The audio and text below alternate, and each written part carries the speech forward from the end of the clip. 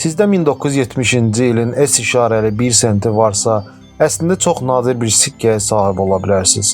Həmin il üçün San Fransisko zərbxanasında 693 milyondan çox sent buraxılıb. Ona görə 1970-ci il yazılıb və S işarəsi var deyə nadirdir, elə bir söhbət yoxdur.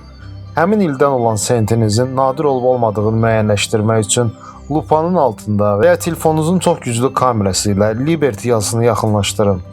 Az qala bütün hərflərdə bu cür ikiləşmə olmalıdır. Bu Double Diverse adlanan qəlib xətasıdır.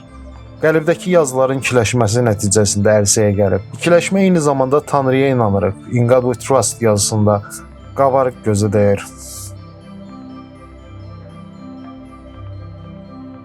Tarixdə də ikiləşmə olsa da çox cüzidir. Ona görə yaxınlaşdırdıqda belə az qala seçmək olmur.